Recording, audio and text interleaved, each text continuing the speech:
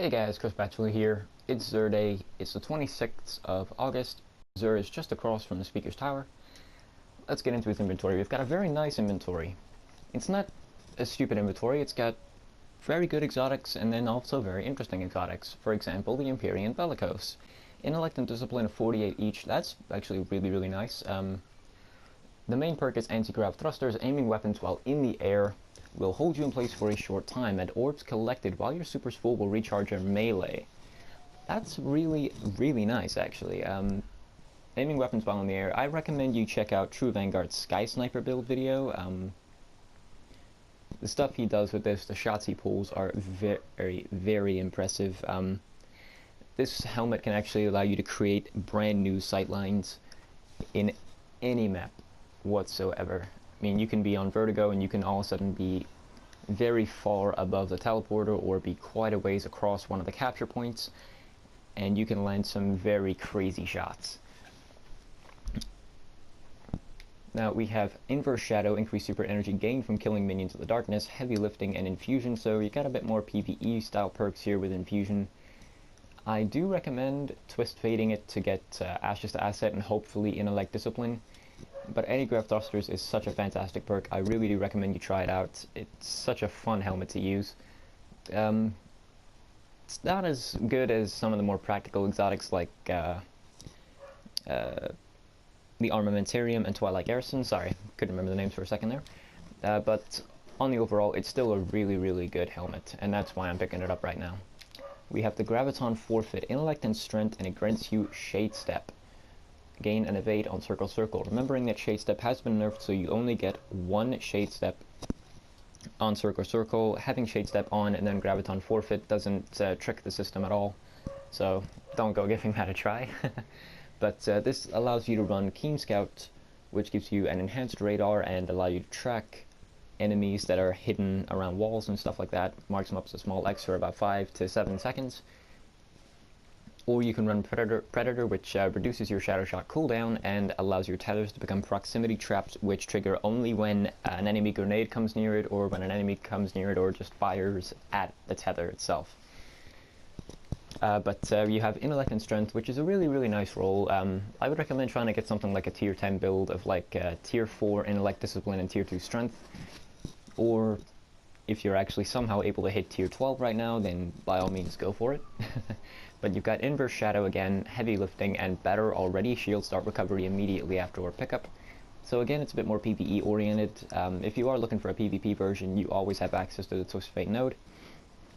But yeah, it's a very fantastic helmet. It's one of the first helmets I got in the start of the Taken King, and I fell in love with it immediately. Okay, sorry, had a weird audio issue there.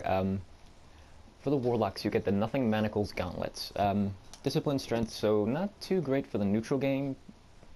And Voidwalkers don't really have that great a neutral game. Having a Vampire build is nice, but the super is such a strong part of the Voidwalker skill tree that it's honestly not worth going for Nothing Manacles. Or better yet, going for a neutral game setup, sorry. But the main perk is Scatter Charge. Enables tracking for scatter grenades, and it allows you to hold an extra scatter grenade charge. This is very good. If you've seen any of my Voidwalker videos, oh, did not mean that. If you've ever seen any of my Voidwalker videos in the Crucible, you'll notice I use Nothing Manacles quite a lot. I absolutely love them. Some of the stuff you can do with scatter grenades, it's great, especially when you have Nothing Manacles. It makes them great for zoning off small points. It allows you to zone off revives in 3v3 modes. And you can always target ammo boxes in any real game mode anyway, and try and deal some good damage.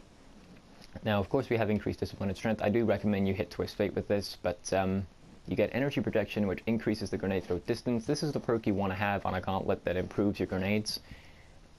And you also get Momentum Transfer, gain bonus melee energy on grenade hits, Auto Rifle Loader, and Machine Gun Loader. Now, as far as I'm aware, all Special Weapon Loaders and Primary Weapon Loaders are in the exact same slot, and then you get Machine Gun Loader or Rocket Launcher Loader. So do be careful on what you're trying to do. If you see Sniper Rifle Loader in here and you really want Sniper Rifle Loader, you'll have to settle for what's in this slot here, whether it's rockets or machine guns.